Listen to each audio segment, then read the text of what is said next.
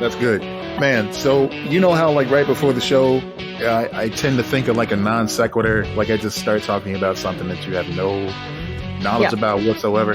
So I just kept getting hit with them tonight. But the most prevalent one, the most intrusive thought that I have is I remember how just nutty the villains were on that cartoon, The Tick, when we were growing up. Yeah, well, it's had many iterations, as you know. It had like 2 live action versions. I never watched any of it, honestly. But like the villains were so just basic. It's like, okay, so he's the Tick. Like, I feel like the villains are gonna be weird. Yeah, it's like, okay, so it was created by Ben Edlund, and he made the character for some newsletter that he produced for a comic shop, and then it became a full-fledged comic.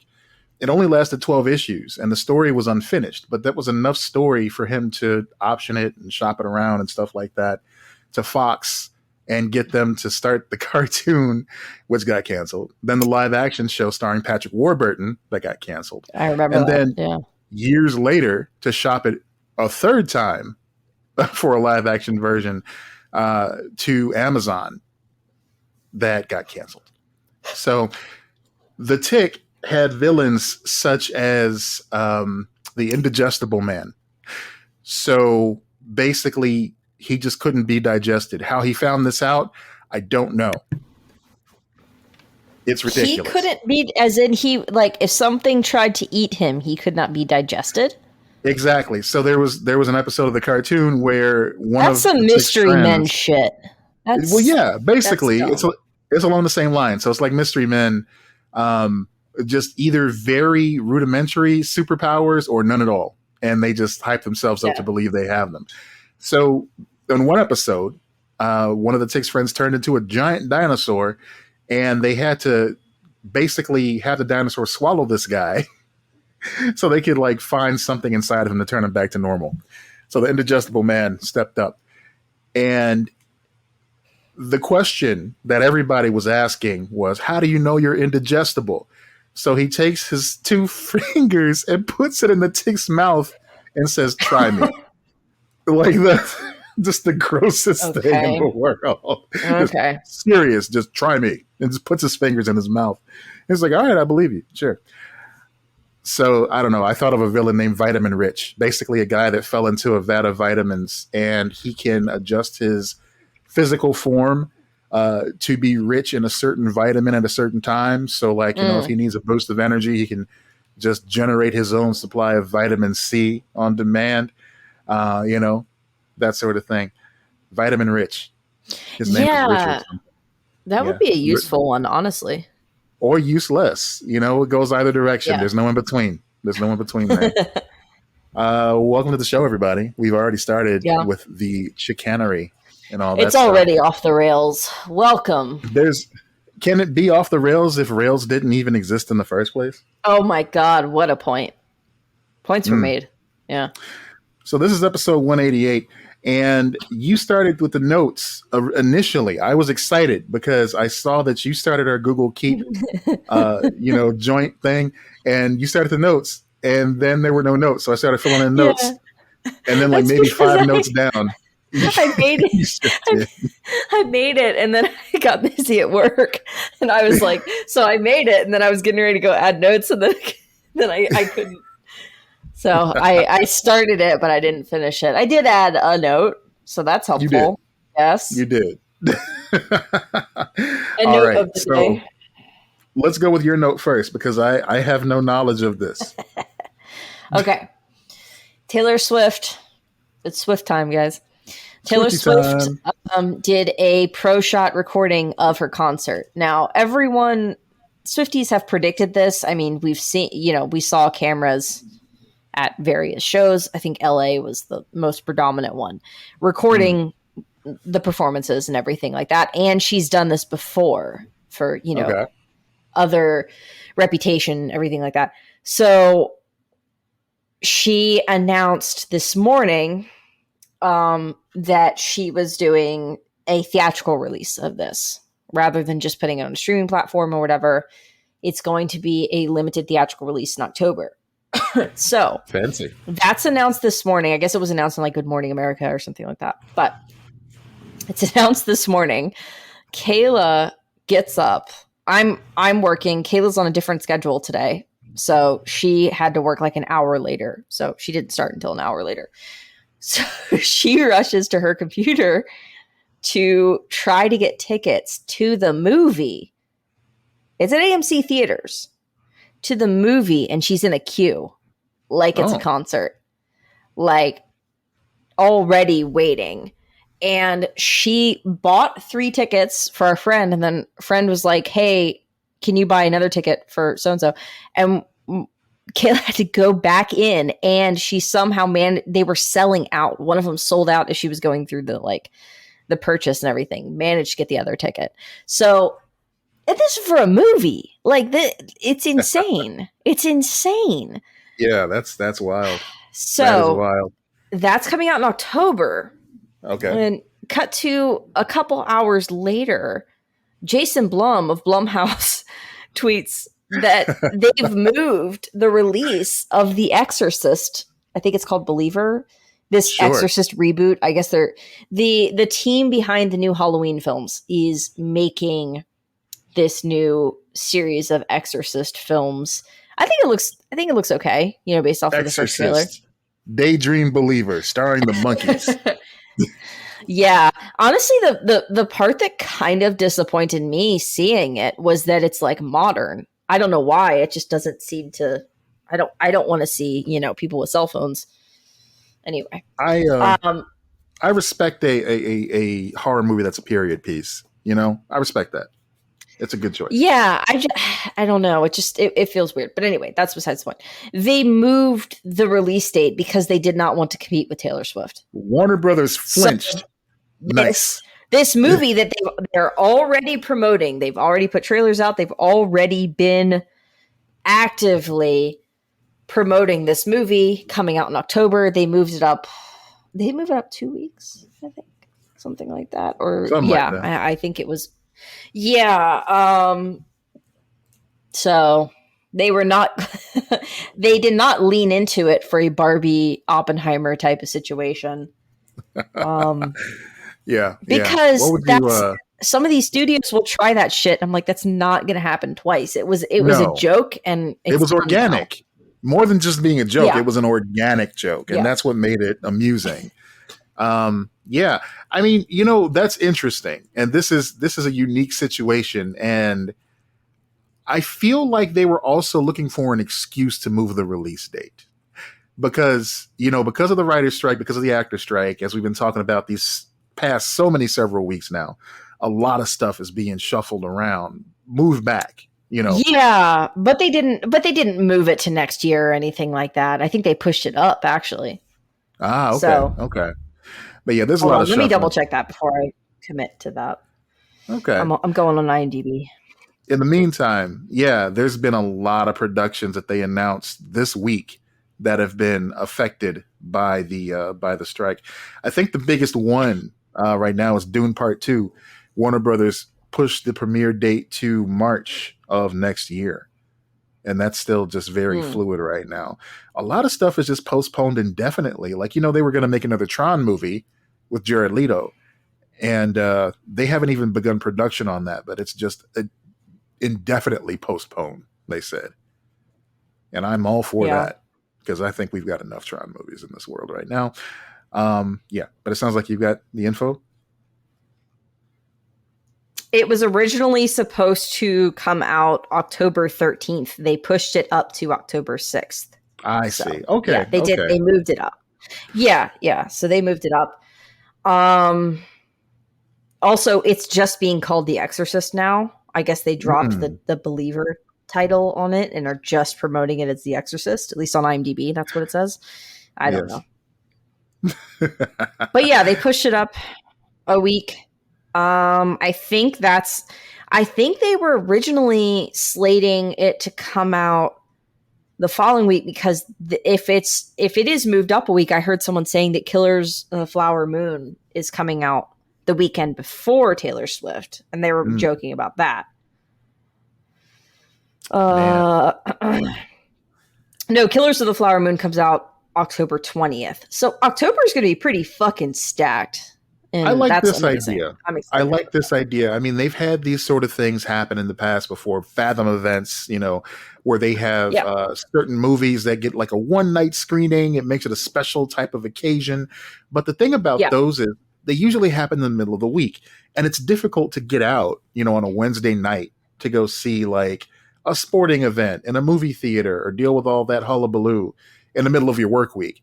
So I mean, this could really light a fire under that idea. Now, of course, Taylor Swift is printing money, so we'll see how it goes. I'm interested to see the outcome, to see what the reception is. Based on what you were saying about the ticket availability, it sounds like it's pretty successful already.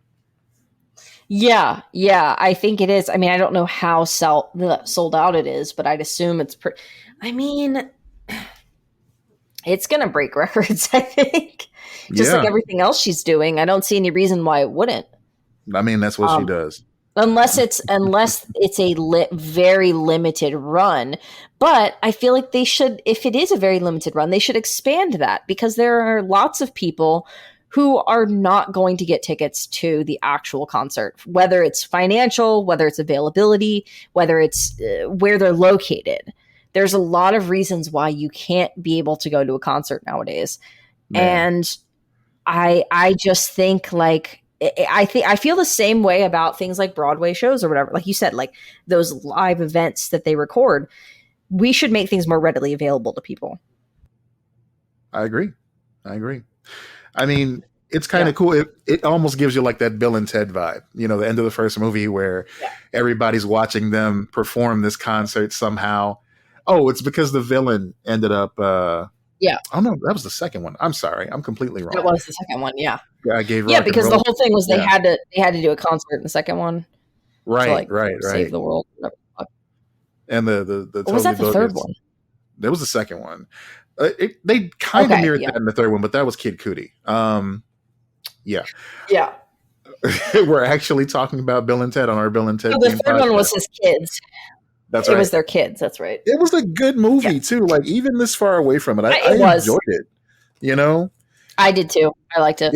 It wasn't what people expected, but it was good. It was good. I don't really know what expectations you can have for it. I also think it's really funny because listen, confession. I like Bill and Ted's Excellent Adventure, but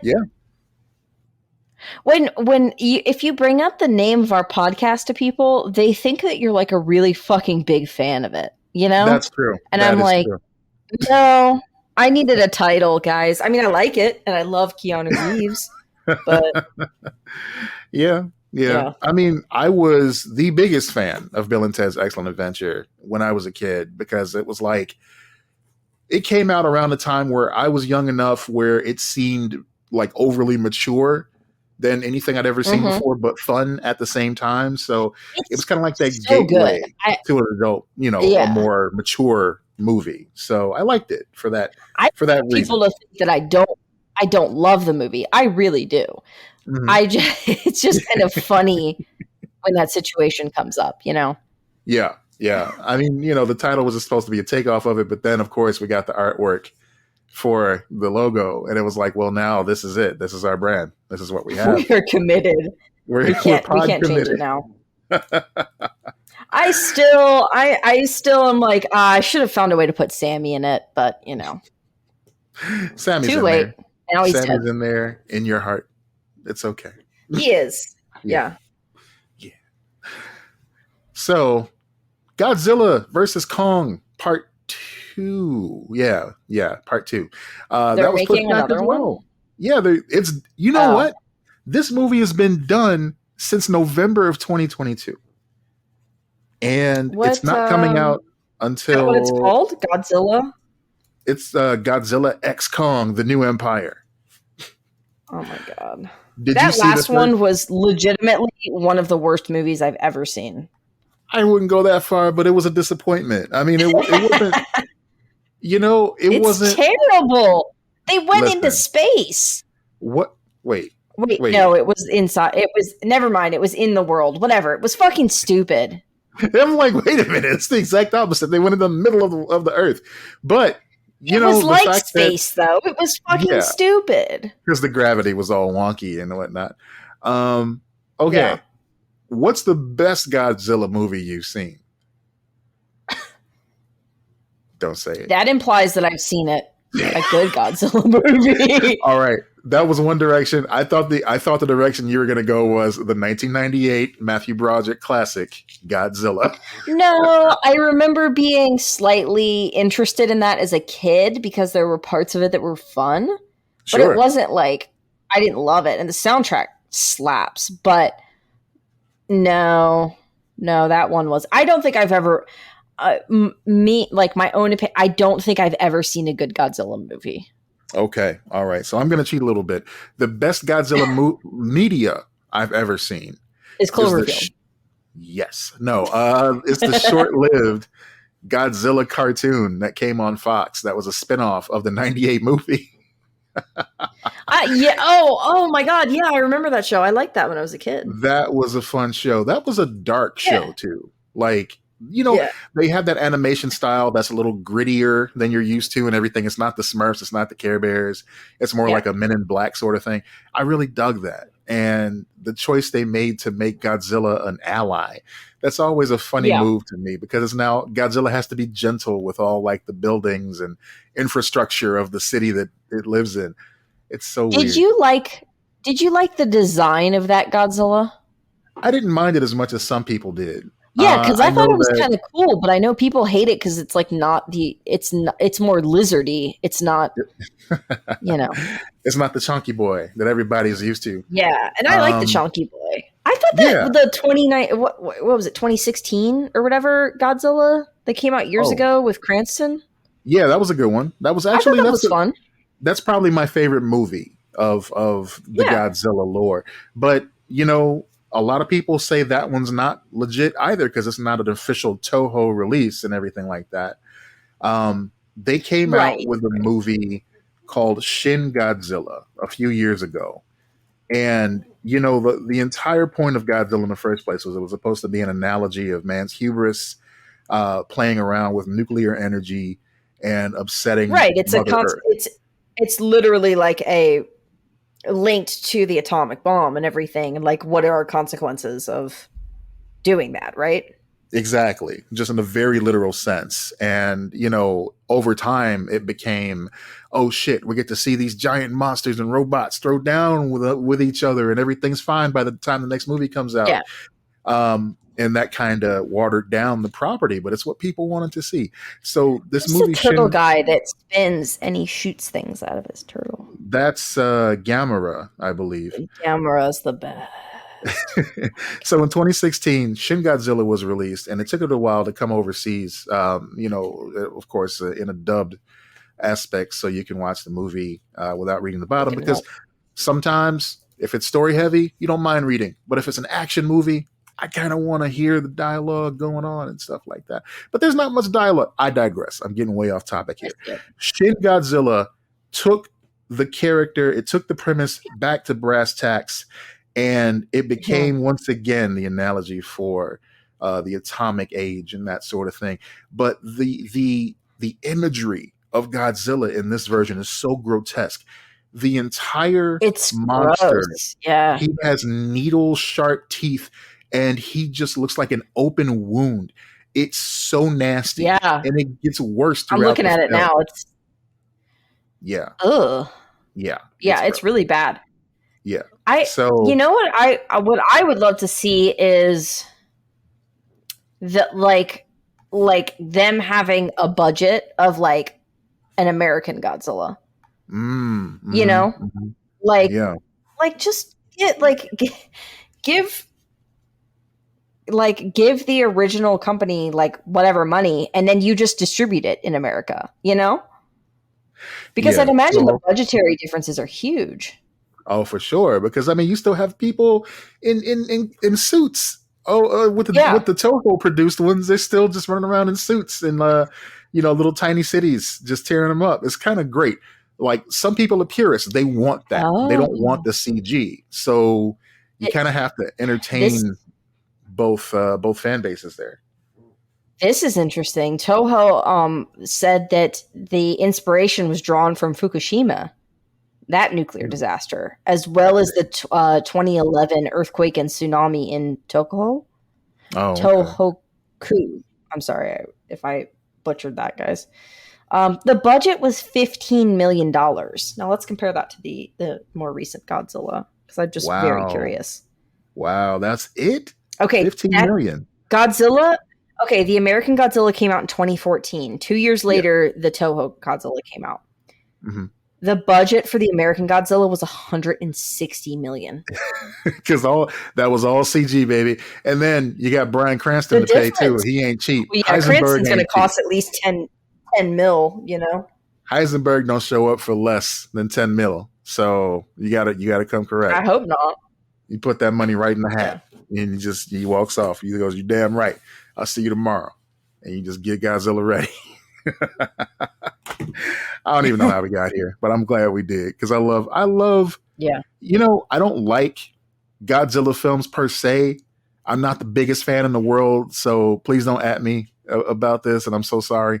But half the movie is dry as fuck, usually, because you have people talking. And like I mentioned before, I'm in the camp. I want to see the giant monsters throw down. And sometimes, yes, there are captivating storylines with the human beings. Sometimes you have two women who are singing a song trying to attract a giant moth to come down and bless the world and help Godzilla win.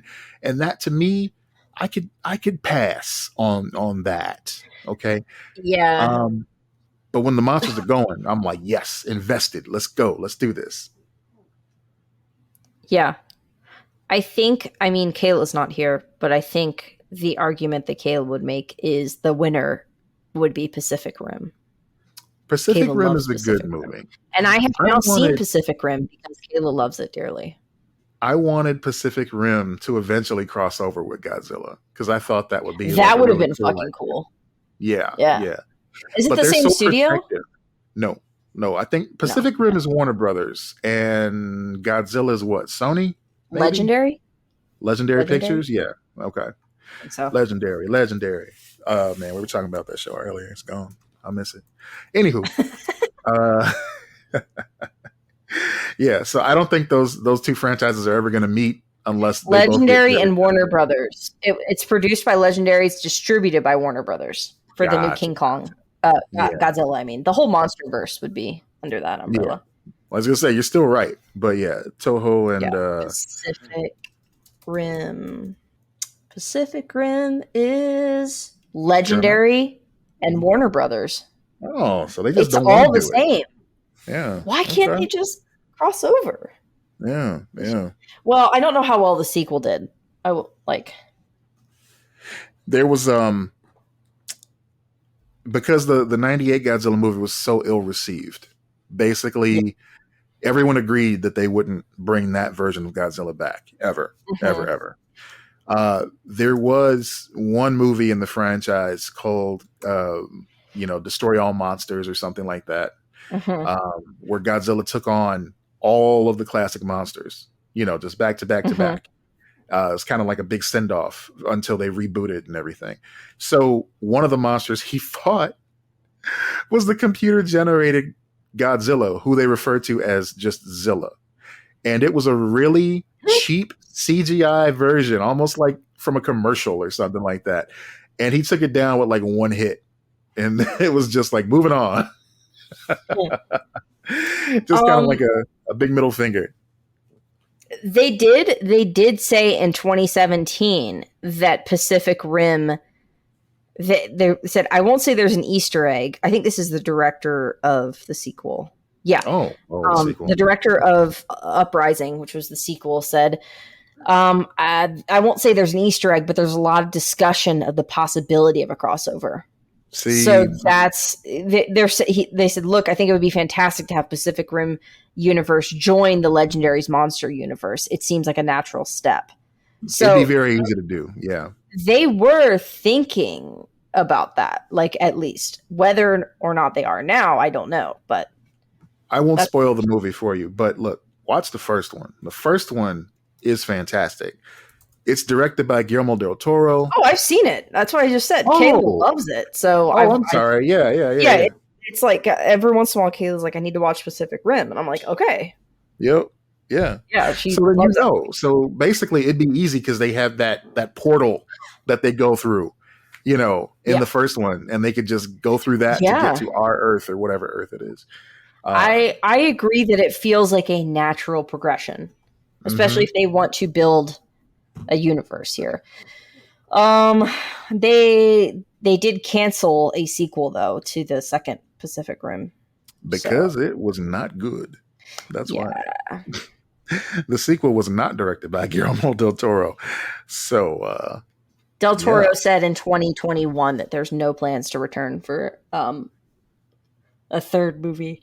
Yeah. He's the kind of cat that once he does something, he just keeps on rolling, except for Hellboy. He came Yeah. back for Hellboy, but everything else, it seems like he's just like one and done. I respect that. I mean, that makes sense. He tells the story he wants to tell, and then he's done with that world. Yeah. That's like he makes his little sandbox. He's good, and then he leaves. Yeah. He puts Doug Jones back in his coffin and just goes on to the next thing. Yeah. I've seen a lot of Guillermo del Toro films because Kayla has been like, "Are we watching this?" So Have now you I've seen seen Pan's Labyrinth yet? No, I haven't seen that one. I've seen Shape of Water. I've seen Hellboy. I've seen Pacific Rim. I feel like I'm forgetting something. Hellboy 2. Yeah. I Was it don't the remember Golden if we watched Corral? that one. Hellboy 2, Golden Corral. I don't know. No, I don't think I saw that. Okay. Okay. I haven't seen his new So, Pinocchio yet. we watched that recently. I'm glad you brought that up. I've been meaning to talk to you about that. I've been meaning to talk to you about your car's extended warranty. It's such a good No. movie. It's Is it's it? such a surprisingly, Lex. Listen, it's so good. I don't want to overhype it. All right. I mean, But it was nominated for like Oscars and shit, right? So that I makes mean, sense. yeah, He's a great but filmmaker. he really is. And to get me to care about Pinocchio after seeing so many iterations of Pinocchio and Geppetto over the years, including Truly. Tom Hanks and Drew Carey, both playing Geppetto at separate times. Like, I thought I was done caring about Pinocchio. But it's great. It's a great adaptation. I really enjoyed it. Mm-hmm. And the commitment to stop motion, too. I mean, my goodness. It's so good. It's so good. It was really cool when we went to New York last December. And was at I think it was at the MoMA. Yeah, it was at the MoMA. They had Pinocchio and they were getting ready to open the display. So the whole display wasn't open, but they had a wall of the actual miniatures, like all the faces and everything. I'll see if I can find a picture of it. It was so cool to see it in person. I love that sort of thing. I mean, just knowing how much work goes into stop motion animation, it's a huge undertaking. You look at the stuff for Coraline and Kubo and the Two Strings, and even something as far back as Nightmare Before Christmas. It's just there's so much love and painstaking care that goes into making it look smooth. It's like you really have to love that art to do it right, and it shows on the screen. Especially, I don't know how they got me, but they got me. It's so good, Lex. I remember as a kid trying to make stop motion with like pictures, taking pictures on disposable cameras, and trying to do that. And I was like, this is hard. I mean, it was not, I obviously was not doing it right at all, but like, yeah, it's crazy. Yeah. Yeah. So, I mean, I respect anybody that commits to that craft that way. No, absolutely. That animators, everything, like that's just really hard work. Something that I want to make sure we talk about tonight, because this really moved me. Yeah. This really touched my heart. We're both obviously big fans of Lego. Today, they announced that they are launching a series of Braille Lego brick sets due to the outpouring of global demand. So this is their endeavor to encourage more people to be able to read Braille, and to make this sort of thing more accessible to those that have need for Braille in their life. So it genuinely surprises me that they haven't done that yet, honestly. I mean, like, yeah, it seems like something that, they could have done a while. And it seems like something you could like hack at home by yourself with just like the little one stud pieces. But these are the rectangular. But that would be bricks. So time consuming, and that's so much to do. And God bless anyone who does that for someone else, because that's a great project. But like it should be accessible. Like just in general, things like that should be accessible, as accessible as we can possibly make them. So this is good for kids who are visually impaired and their parents who are trying to teach them, and so they can learn a little something themselves too. The bricks not only have the studs on there that represent each letter and symbol, it has the actual letter or symbol printed on there as well. So, you can use this as a gateway. It's just so brilliant and so simple. Yeah.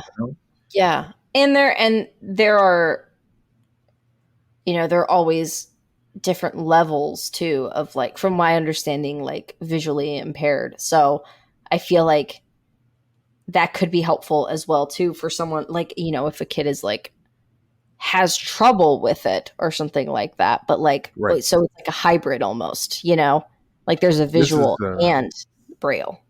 Yeah. It's another teaching tool for teachers to have in their toolbox. And from what I see here, they plan on offering sets for free to teachers as well. For the general public, it's going to be $89.99 for the set. And they plan to launch versions in German, Italian, and Spanish early next year as well. That's cool. Yeah. That is really cool. Yeah. Big fan of that. So I won't use my my raffling juju to win these. I'll let the person that needs them win. Yeah, absolutely. Yeah, if it's another Batmobile, I'm in. Bradley got a Lego set last weekend, and he sent pictures of it, and I was like, oh, I'm kind of feeling like doing another Lego set at some point soon. But what did he get? Every once in a while, I want one, but then I look at the price, and I'm like, fuck, and then I don't, and I'm like, where am I going to put it? Yeah. I mean, I've just basically resolved that any Lego set that I put together at this stage, I'm going to put together. I'm going to admire for a good week or two, and then I'm going to take it apart and put it in the Ziploc bag with the instructions just for the next time, if I ever get that itch again, or if I want to pass it along to somebody else. Yeah, basically. Yeah, exactly. That's exactly right. It's a 3D puzzle. Yeah. But it's fun. It's relaxing. It's, it's calming to your soul. No, it definitely is. I agree. Yeah. That's really cool that they're doing that. So we're at the end of the summer. It's coming up here. I know. I'm sad about it too. God. No, I'm not. Let it die. Yeah, you in that hot. I'm not a summer girl. I'm not a summer girly. No. Your summer girly days are over, or did they ever happen?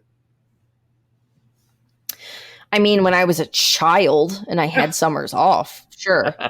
Oh God, summers off. That's it. Can you believe that was actually a part of our lives where it felt like it went on forever sometimes? Just being off of school for summer, being off of school for so long that you forget how school went. Remember having a week off at Christmas and it fucked up your entire life? Wow. Now I'm like, I get 2 days every weekend and I'm like, I'm going to fucking die. Like, this is not enough time. It's not very cash money. No, not at all. Oh. I'm burnt out, man. Like, fucking work has got me working. And, like I said, unforeseen circumstances, but hopefully things change soon because you guy needs a break. I need a break. Yeah, you definitely do. So we got some good news. I said sick day coming. From those people who tell you things about sci-fi things, Doctor Who is coming back real soon. The BBC confirms that a new Christmas special will debut, of course, in December of this year. It's going to be followed by 3 upcoming Doctor Who specials, and those will be available to you US viewers on Disney Plus. That's fucking right. No longer are you going to have to hunt out a way to watch BBC America and pray that they remember to air it. No, they're going to give it to you on Disney Plus on the same day as the BBC gets it. So take that, UK. Do they have current or the rest of it, or where is it streaming right now? Oh God, yeah. I don't think it's on Disney Plus. Actually, I don't even know where it's streaming right now. Man. It used to be on HBO, Amazon. I don't know, man. HBO. The first thing that popped up was Max. Yeah, it might be. I don't know. I need to find out because I want to see how the last season wrapped up, just so I can be ready. I'm so far behind on it. Man. I mean, there's no way to catch up on Doctor Who. You just kind of got to latch on where you can, you know? October 2022, it says Disney Plus is Doctor Who's new streaming home. So it says for most of the world, though. Yeah. They keep a lot of stuff from us. This would be a great time if we had a sponsor. Viewers outside of the UK and Ireland watch. If we had a sponsor that was a VPN, this would be a great time to plug them in right here. Like, you ever tired of seeing your shows on streaming platforms that you don't have? Well, use this doohickey. Yeah. It's in that gray area of legal. It's fine because you're paying for that. So why not? Anywho, Doctor Who is going to be back, and it's going to be easier to watch than ever because we're going to get it on Disney Plus. I'm excited. I'm excited for these, especially since David Tennant is going to be back. Yeah. It's going to be fun. Have you watched Sex Education? No, but I know that a lot of folks are excited to see the new Doctor too. Yeah, it's so good, and he's like the best character on that show, so I'm very excited to see him as the Doctor. That's cool. I mean, yeah. I've only seen like little 30-second snippets of him being confused so far, but I mean, that's on par with every other Doctor. I didn't know who David Tennant was before he stepped out the TARDIS, you know? I think you guys would really like Sex Education, honestly. And it's getting ready to air, I think later this month, its final season. So it's just about done anyway. Where's that airing? Netflix. Oh, it's on Netflix. Okay. Yeah. Cool. Yeah. We will have to check it out. Okay. So, yeah. I'm looking at our notes. Mm-hmm. Starfield is coming out soon. Starfield. Very curious about this. Starfield is out. Starfield is out today for people that pre-ordered. Yeah, if you pay for it. And if you're waiting for Game Pass, which is technically still paying for it too, but you know. The hype surrounding this game.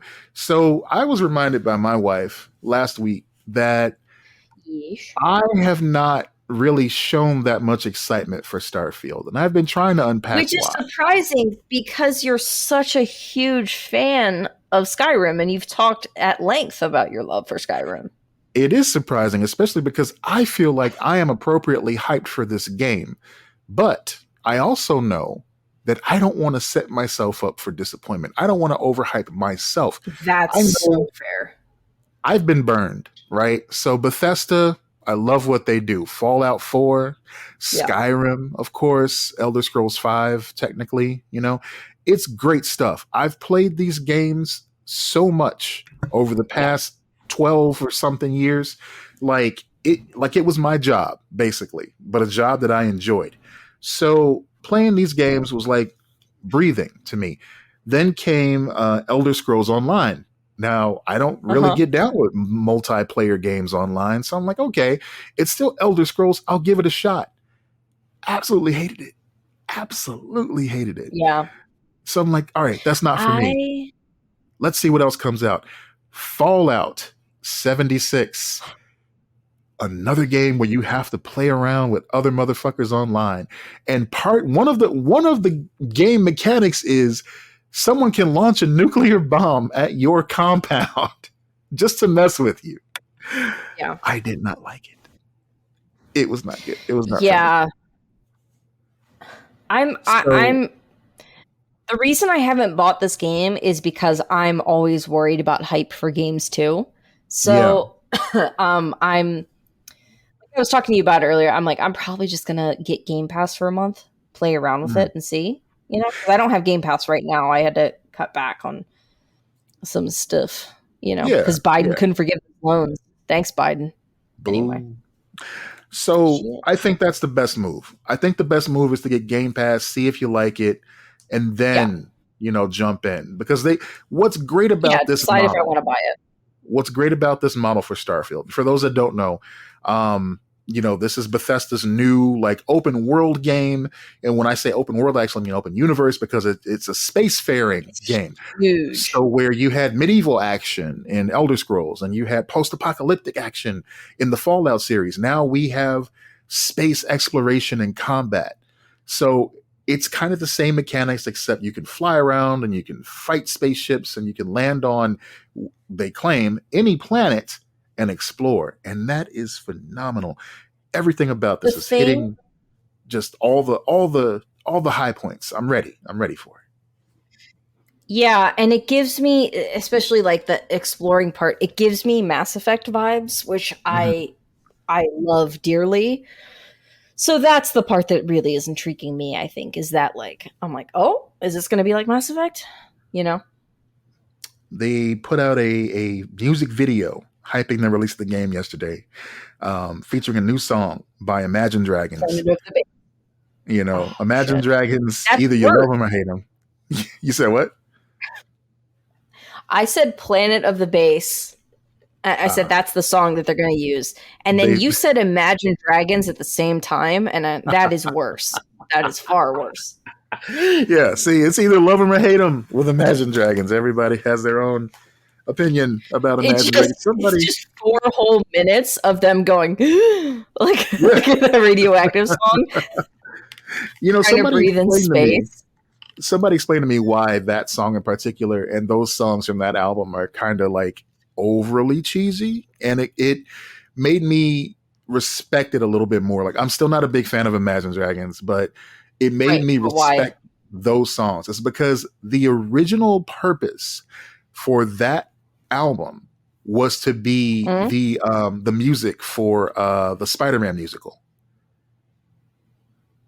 What? That can't be true. That's no way. Absolutely true. Absolutely. So they repurposed that. They repurposed the songs they wrote for that musical and put out an album. That's why Radioactive was their hit single, because they put all their effort into that song for that musical. I don't believe you, and I'm looking this up now. They're Radioactive.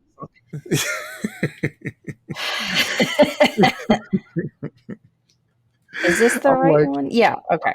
I'm like, okay, that makes it a little bit more palatable. I get it now. It's like if you're listening to, the original cast recording from a musical. So, okay, I get it. Thank you for that. I'm looking it up. Yeah. Because I'm not seeing anything on Wikipedia so far. Uh-oh. The musical. Imagine Dragons, Spider-Man the musical. Okay. Okay. Hold on. TikTokers are freaking out. Let's see.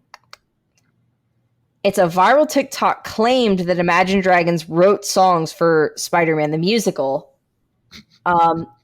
Yahoo reported in 2013 that the band recorded demos as inspiration for the show. However, it's unclear if any songs from their album Night Visions were part of it. I mean, Radioactive, Spider-Man. Anyway, I believe. I'm still reading this because this is You're not convinced. Bono and the Edge did the Spider-Man musical. They did, because it was Bono and the Edge, and obviously they're going to get the job over some jamokes named Imagine Dragons.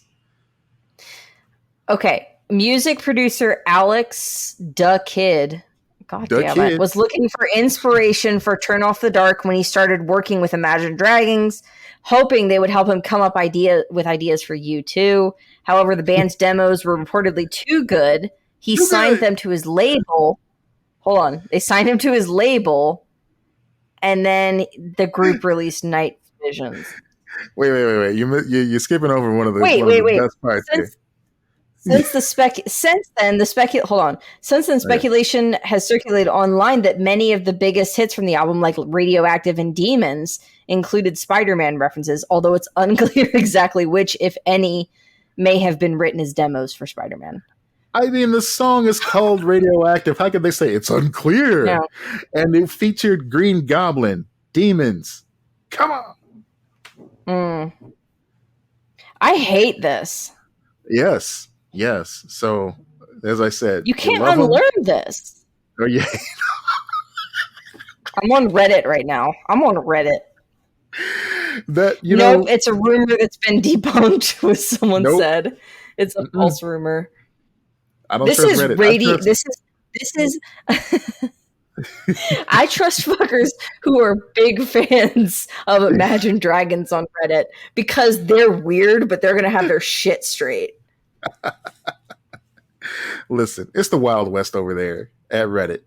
I trust Insider.com, which is where I'm reading the story. So this rumor and shit has been going on since at least 2016. So we'll call it an urban legend then. The lead singer debunked it. The lead singer debunked? Oh, shit. Come on, man. Party pooper. The lead singer debunked it all, and they posted it. And yeah, he actually was asked about it on MTV, and he said that it's not true. Maybe and he said, "I wish that for legal reasons." Yeah, maybe he has maybe that's quite possible. Yeah, that's what I'm going with now. It's the deep state. It's the deep state. It's Q. Oh my God, I sound like my coworkers now. Anywho, we went real far off the rails. I don't even remember what we were talking about. We were talking about Starfield. So to finish up on Starfield, I'm very excited for this game. I'm very hyped for the game. They came out with a tie-in controller, which is gorgeous. It's got like a really NASA-esque aesthetic to it, and it's just it's a beautiful controller. Every tie-in item they've put out for this game has been beautiful, and they've had a lot of practice because all the stuff they did for Skyrim has been amazing.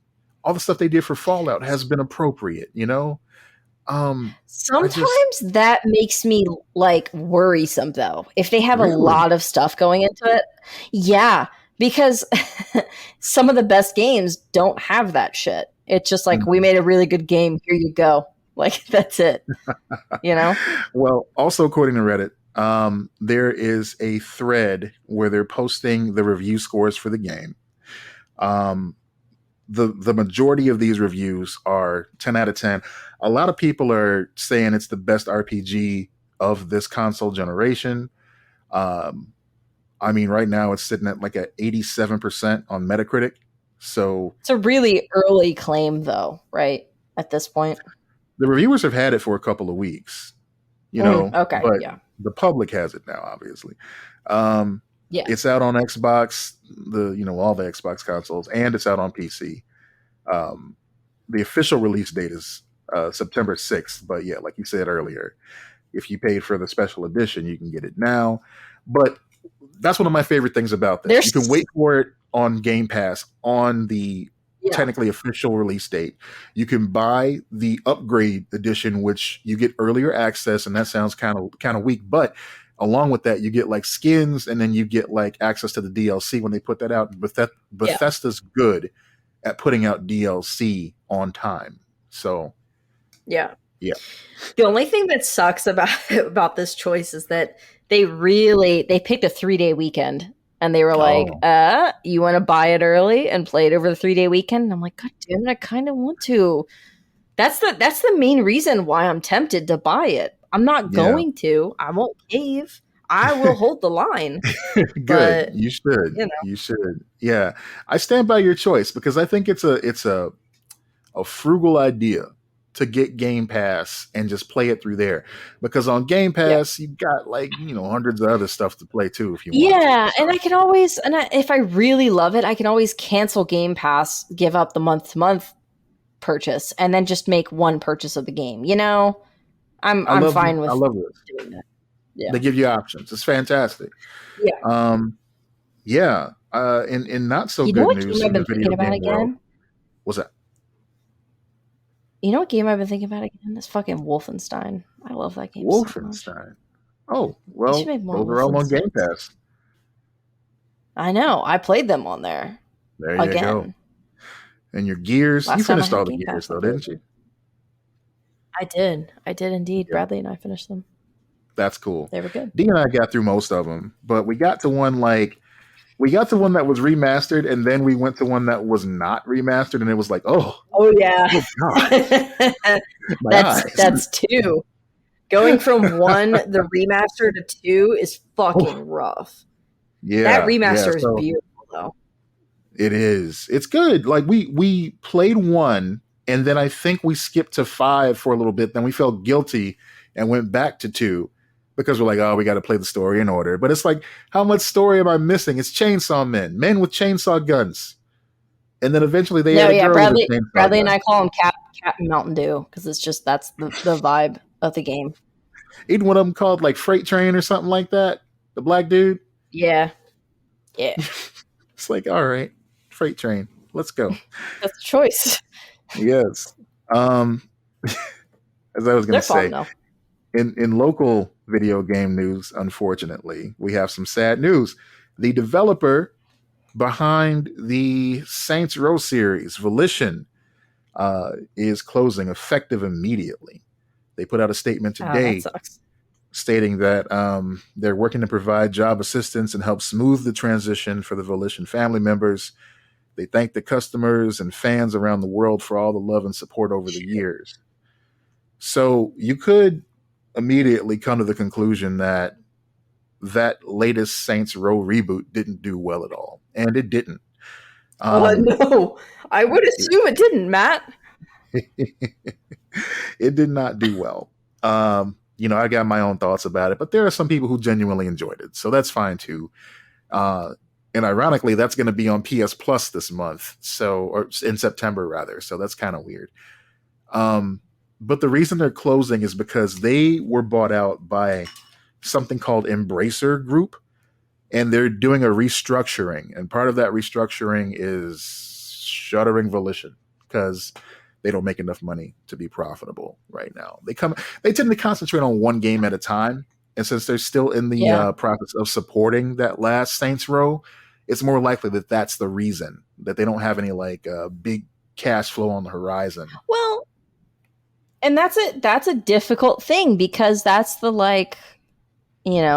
don't half-ass two things, whole-ass one thing, Mm-hmm. Yeah. I get it. Focusing on one particular thing, that makes sense.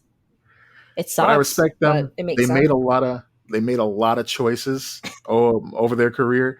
They basically thumbed their nose at Grand Theft Auto and did it successfully for the majority of those games. And then that last one, they lost the thread, unfortunately, and they lost a lot of goodwill with the public. When on earth are we getting another Grand Theft Auto or something like that? Because Red Dead, it's been a few years now. Yeah. And I found out recently, actually this came out this week too. The gentleman that wrote the storyline for Red Dead Redemption 1 and 2, he left Rockstar. He's no longer with Rockstar Games. I hope he wasn't trying to move over to Volition. No. I could write Red Dead Redemption 3. I believe I'd do it. Could. I believe I could too. I believe in me. I believe you could. Yeah, I really do. I'd play the game. I would. Yeah. I would enjoy it. Yeah, as long as it's got Thank Deadeye and rootin' tootin' cowboy shooting, I'm down. Yes, that's the thing. You're right. In a video game, yeah, you want to give them a good story, but if you got great developers, making a cool fucking game, you're already winning. You just look at Gears. They'd make me look good. Didn't have much of a story. Still sold like hotcakes. Who's buying fucking hotcakes in 2023? Why did I say that? Never mind. Anywho. Aren't those just fucking pancakes? I guess. I don't know. No? I always thought hotcakes were something different. Or maybe it's like a local colloquialism like soda and pop. I don't know. Yeah, I mean, I know it's like a saying, but I always thought they were pancakes. I always thought that's what McDonald's gave you. They were wheat cakes, hot cakes, pancakes. Those all the same thing. Whatever glue or whatnot that was in the McDonald's pancakes that made them absorb that syrup the way that they did was magic. It was perfect. In that little styrofoam fucking shit. That was part of the magic, and that little tiny ass like knife. Yeah. You cut through that styrofoam like nobody's business. So part of the advertising for the upcoming season, when you throw it out, it goes and kills a baby seal or something because it's like terrible for the environment. Oh, I miss the good old days. That's bittersweet. But since you do miss the good old days, part of the marketing for Loki season 2 that's happening right now is that in New York, they opened up, well, I should say, they respect a McDonald's location to look like a McDonald's from the 1980s. So it's got that like brown and yellow motif. Cool. It's got the clown is there, of course, Grimace, Burglar, all the motherfuckers are there. Even the staff is wearing the uniforms, like those red and yellow striped shirts. So they rolled back the clown. Yeah. Oh yeah. I'm looking at pictures of it now. Mm-hmm. Did they roll back the prices? Absolutely not. If anything, they're charging you more for the full Loki experience. Fuck you, McDonald's. Yeah, I'm not loving that. Oh no. Bro, I just looked up this and I'm looking at the fucking menu and the bacon, egg, and cheese McGriddle. How much do you think that costs? How much do you think that costs? $2. Fuck no. Uh-oh. How much? No way. A McGriddle? Wait, $7. $7? Almost $8. After tax, it will be $8. That's for a bullshit. Fucking McGriddle. That's some big bullshit. That's some big bullshit. I wish we could name the episode that, but you know. The apple pie, though. Apple pie is holding the line. $1.59 for an apple pie. Okay, you can't beat that. You can't beat that. That's a solid apple pie. Wait. We gotta. Fuck. How much do you think hash browns are? Hash browns used to be 2 for $2. Like recently. How much is it now? They are not. A single hash brown. And by the way, there is not a dollar menu anymore. There is a $1, $2, $3 menu. A single hash brown is $2.50. So that's extra insulting because they didn't just like make one hash brown. They didn't just make one hash brown $2. They raised the price. They were like, no. Put 50 more cents on that. These hash browns are busting. We need to make people understand they're paying for quality hash brown. Okay. That's sad. That's sad, man. Well, and what doesn't make sense to me. What? There's a chicken McGriddle too on this menu. Now, the chicken McGriddle, it sounds disgusting, but the chicken McGriddle is $3.39. What is this fucking math? McDonald's math. If you like it, you're paying more for it. That's basically it. Oh boy. Yeah. I guess. Yeah. It doesn't pay to eat with the clown. It just does not pay. I'm not paying $7.40 for a dry ass egg McMuffin. You can fuck yourself, McDonald's. Nah. Only Murders in the Building season 3 is out, and I know you're not like a big fan of that. One last thing, because I do want to address that because I've started watching that show and I actually do like it now. But the big breakfast comes with hotcakes.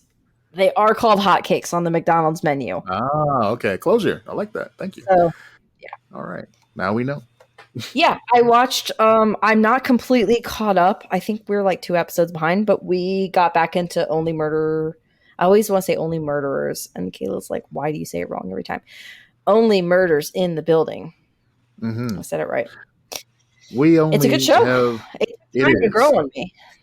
We've only watched the first episode of the third season, but it's enjoyable. But the reason I brought it up is because they're doing the publicity tour, which seems kind of scabby, but whatever. We'll let others decide. Martin Short Unless and the Steve Martin. studio agreed to like terms and they're allowed to promote it, That'd be weird if that one was like given a pass because it's not an indie project in any way whatsoever. It's definitely a studio backed project. Anyway, I digress. It doesn't have to. It doesn't have to be an indie project. It just has to be a studio or production company or whatever that agrees to the terms, and then they're given permission. So it can be distributed by a big company like Hulu.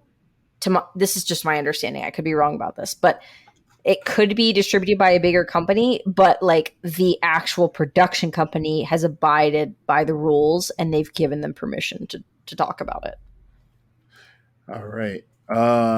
Well, I don't know, but I wanted to talk about Martin Short and Steve Martin's appearance on the Conan O'Brien podcast because on this show they discuss how they're best friends, and it's kind of endearing how these two have remained friends for so long. And they explain that the way that they became friends initially was because they were working on a film together. And they both go, yeah, you know how sometimes you have coworkers and you work with them on a film for a while, and it's like, you're the best of friends the entire film, and then you just part ways and you never speak again. And he was like, well, we decided that we're good friends and we're going to stay friends. And, I've been stuck with this Jamoke for the past, several decades, whatever. And it dawned on me, the movie that they were talking about where they became best friends was Three Amigos. So that's what I was wondering. Even back then, they knew Chevy Chase wasn't shit. They just said, you know what? We cool. Your ass stay over there. Dos Amigos. Bye. It's just Dos Amigos, bitch.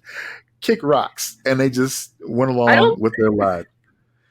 And I don't think Chevy Chase has friends. I don't think he's the friendship type. Right.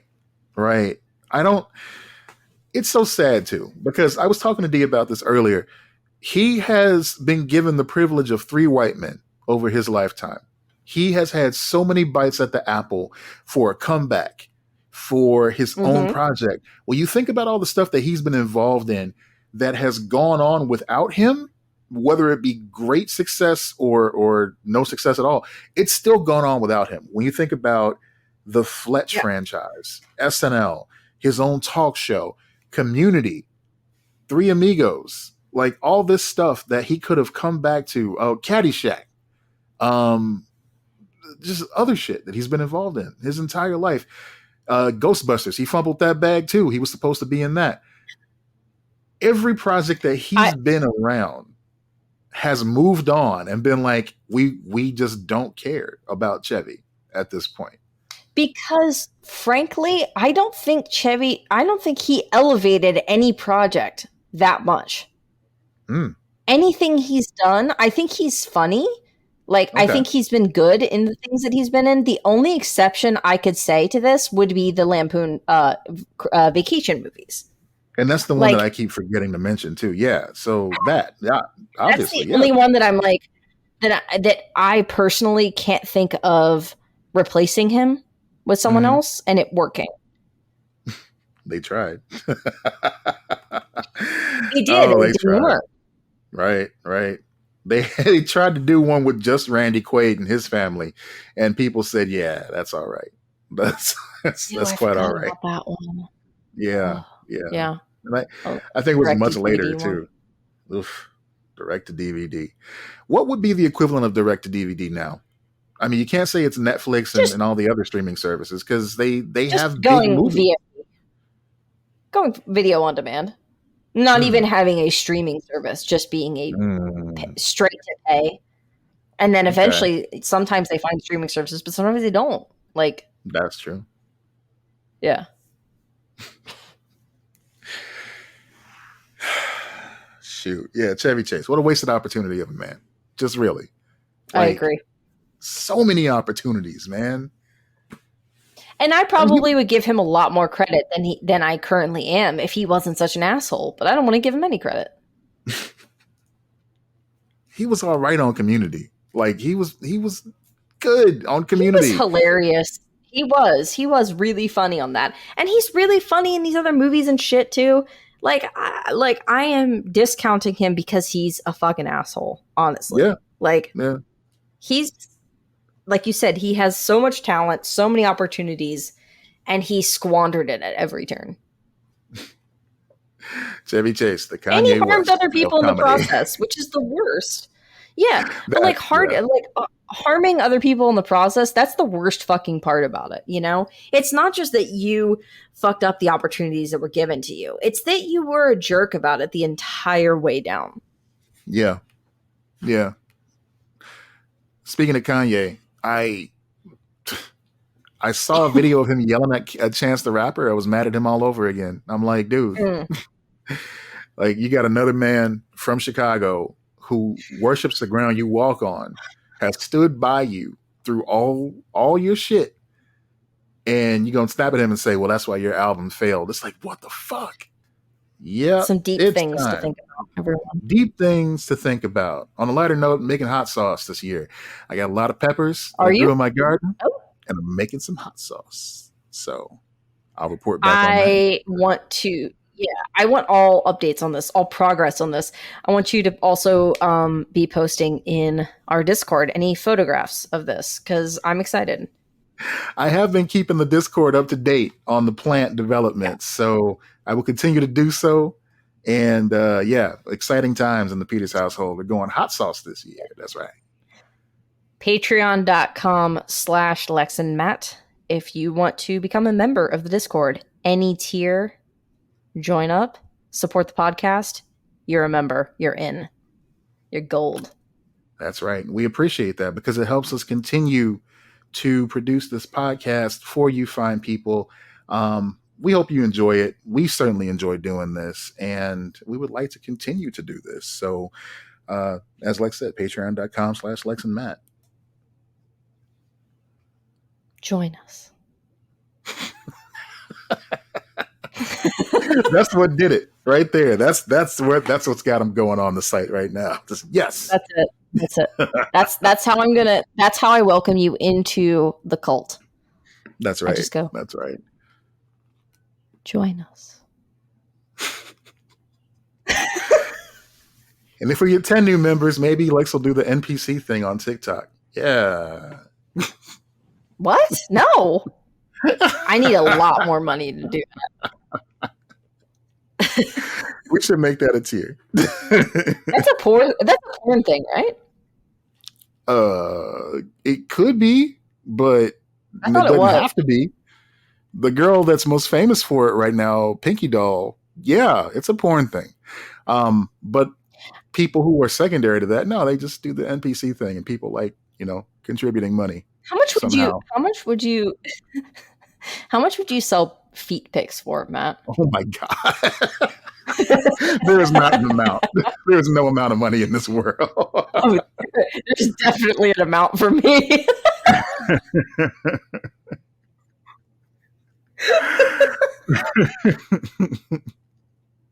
I'll sell pics of BMO's paws and selling feet pics though.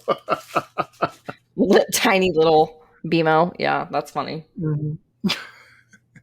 That one would concern me more though. Who's buying that? No, I don't ask questions. I just sell the pictures. That's not my problem. That's my thing. That's my thing.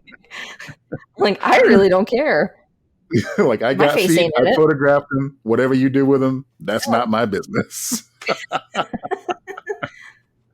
Sponsored by VPN.